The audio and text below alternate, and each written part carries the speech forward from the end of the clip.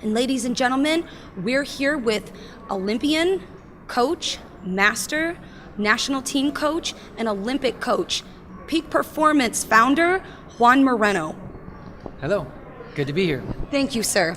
Can you tell us a little bit about when you first started Taekwondo? Wow, it's a long time ago. I'm 45 years old now. I started when I was about 9 years old. I was always a little bit fascinated with the martial arts at the time. Bruce Lee, Chuck Norris were on TV. And just kind of one day on an off season of hockey, actually, me and my father and younger brother, we went to a little strip mall. And at the end, there was a martial arts school, and it happened to be Taekwondo. I mean, fortunate because it could have been karate, kung fu, judo, could have been anything. We went in and we enrolled and we started, and that kind of started the love affair with the sport. When did competing become a serious thing for you? Right away. You know, at that time, getting into that martial arts school, it was a very adult-dominated, kind of a program, very male-dominated, and there was only a few kids in there. If I recall correctly, about 3 months into my training, there was a tournament, point karate tournament, and my instructor asked my parents, hey, we're going there as a school, and we'd like him, to bring your sons. My dad agreed. We went there, and I was super excited. I couldn't believe it. I just thought, wow, this is like really going to be a neat experience. I was all pumped up, and I lost my first match, but it definitely kind of spurred my ambition to continue, moving forward.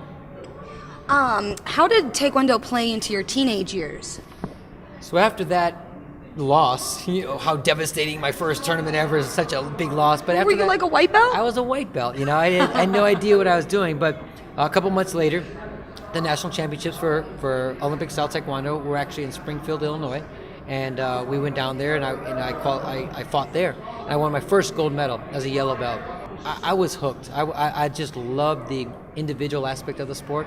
I loved the discipline. I loved the combative nature.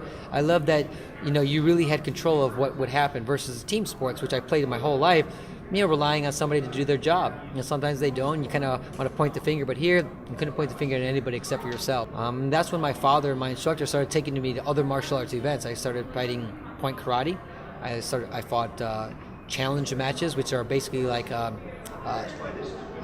kickboxing, where you fight 3 rounds, punching to the face, kicking to the groin, fighting on the floor. I mean, I was doing kicking to the groin. Kicking to the groin. Chicago, in the Chicagoland area, we're very well known for groin kicks, and that's a point. So, I mean, at the age of 11, 12, 13, I'm fighting in these rings on Friday nights and Saturday nights, and people are betting on us. I mean, it was crazy, but it was a really interesting time because this is where I learned how to fight. Not just play the game, but learn how to fight. 1988 rolls around, and I win the national championships. I was very fortunate at a young age to not be intimidated, not think the challenge was too much, and I won. And got my first berth to the Olympic Games in Seoul, Korea. That is amazing. And how did the 1988 Olympics go for you? So it's kind of, now it's like Candyland for me. Here I am around a lot of adults, mind you. 17 years old. You get to go to the Olympic Village. You get to go to opening ceremonies. You get the Olympic apparel. And again, just from a kind of a small town Chicago kid, this was just, I was on cloud 9. And as I got ready for the tournament, not many people really gave me a chance because I was a nobody. And the guy that was supposed to go was not there. And they kind of thought it was going to be a throwaway division for the Americans. And I won my first match. I won my second match. All of a sudden, I'm into semifinals, and there starts to become a buzz. And I make it to the finals against a Korean athlete in Korea, Olympic Games, first time for the sport. And it was amazing. I had a great match, very close, went down to the last round by a point. And quite honestly, I thought that me and a lot of other people thought that I had won the match. And there was a big protest and a lot of things going on. And I was really disappointed in the silver medal. I mean, now obviously, kind of looking back as an older person, I realized how special that was and how amazing that was. But at the time, I was not very, very happy with it. The competitor in me just didn't want to accept it. What happened after that? You weren't happy about it. So, I really wasn't happy. You went out, you took the silver medal. Are you proud of the silver medal? In your heart, how do you feel about it? I'm not proud. In the press conference, I took it. First thing I did was take it off, I guess any other American probably would be proud to have a silver medal in the Olympics, but knowing what I went through, that I feel I should have won the gold medal. I'm not proud of it. I'll probably never wear it again. I wanted the gold. I didn't come all this way to be second best, and I don't feel I was. So. I came back home, and it was pretty neat to do parades and different things like that in my hometown. But I was already thinking about the 1992 Olympics. I was already thinking about Barcelona. Well, in the course of 4 years, I went from this young athlete to this experienced athlete. I won the Pan Am Championships. I won the Pan Am Games.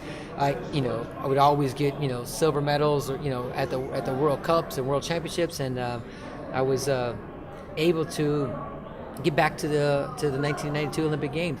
So I always tell everybody, the Barcelona Games come around, and again, now I'm the guy that's supposed to win this. I'm the guy that's ready to win this, and Reputable.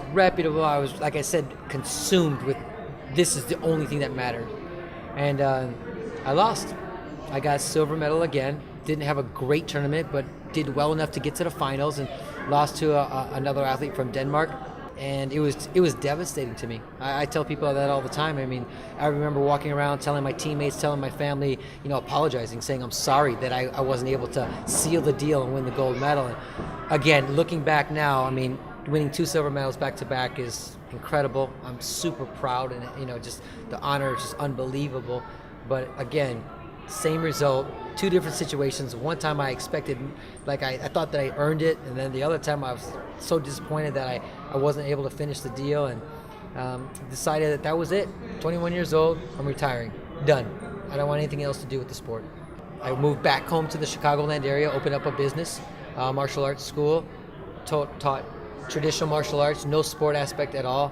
I got married, just kind of moved on with my life. Around 1996, I started to get a little bit of an itch. I was now 24 years old, kind of feeling like I could still kind of compete with some of these guys, watching the field of athletes out there. And Didn't Pro TKD start up in 94, 96, something like that? Was around at that time. I worked with them a little bit as a referee, just kind of staying within the sport. Which we can see on YouTube. Yes, it's on YouTube. Yeah. Everybody gives me a hard time about the referee outfit, which is basically a kung fu uniform, and but it was fun. Again, the sport was starting to develop. People were trying to think outside the box, and I always liked that, because I always felt that I did think outside the box, and so I left Chicago. I moved to Miami, Florida, and I decided that I was going to try to make a little comeback to try to get my spot back on the national team. And 98, 99 made the team. 2000 made the national team, and actually won a gold medal at the World Cup in Lyon, France. So I really believe that I was primed for the Olympic Games. Olympic team trials came around, and I had a great Olympic trials. I made the team, got my spot back, and everything was just right on track for the 2000 Games. There were other USA competitors there too. Absolutely. We had 4 other competitors. We had Steven Lopez, which is obviously now extremely famous. We had Barb Kunkel and Kay Poe. So, I mean, we had a really solid team, and I lost my first match. So after all this time, kind of building back up, I went to the Olympic Games and, was unsuccessful. And it was, a lot of people thought to, said, Juan, man, that must have been really difficult for you. But it wasn't, because the difference that I learned from the first 2 times to the third time, I was so driven at the beginning that I didn't enjoy the process. I was a little bit too obsessed with it. And sometimes you have to let things come to you. You have to let the process take its course. And as silver lining, I got to see the start of greatness. Seeing Steven Lopez win his first gold medal at a young age was just truly special. I'm one of the few people that can say I was there when it started. Again, his Olympic greatness. Something kind of changed with you after that. I had a good friend of mine, Herb Perez, who won a gold medal in '92 Olympic Games. He told me, he said, Juan, one of your challenges is going to be is all the information that you have and all the knowledge you have, how do you start to transfer it over to new students or new coaches or just different instructors? I mean, how are you going to be able to give back? And he really challenged me to not just be this athlete, this good athlete, but to be able to articulate my ideas and articulate my methods so that other people could maybe have the same success, if not better than me. So in 2000, even though I was an athlete, I was kind of playing athlete coach. I talked to Steve, and I talked to Barb, I talked to Kay. I just, was a little bit older than them, so I was already starting to kind of play that role, and little did I know it kind of start to kind of steamroll into what I'm doing now. I knew that I was going to be a coach. I knew that I wanted to coach. I like working with people. I like helping people succeed. I mean, I almost had a different motivation. It was almost more enticing, I had more enthusiasm to see other people succeed based on what I was able to give them. And so in 2000, I decided that, I'm going to rally some of the guys that I was coaching in Miami, train them, travel with them, see if I can get them to do some good things. And it really slowly turned into my peak performance program. And it started in Miami, Florida. I built it to currently, 14 programs, and with 2 satellite programs, so almost like 16 programs around the country.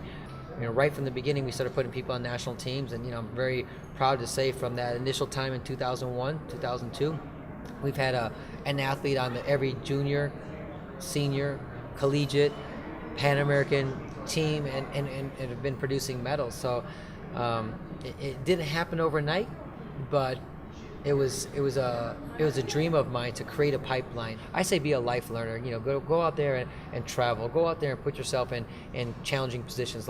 And I also think the second thing is you have to be patient. You have to be patient to let the process work.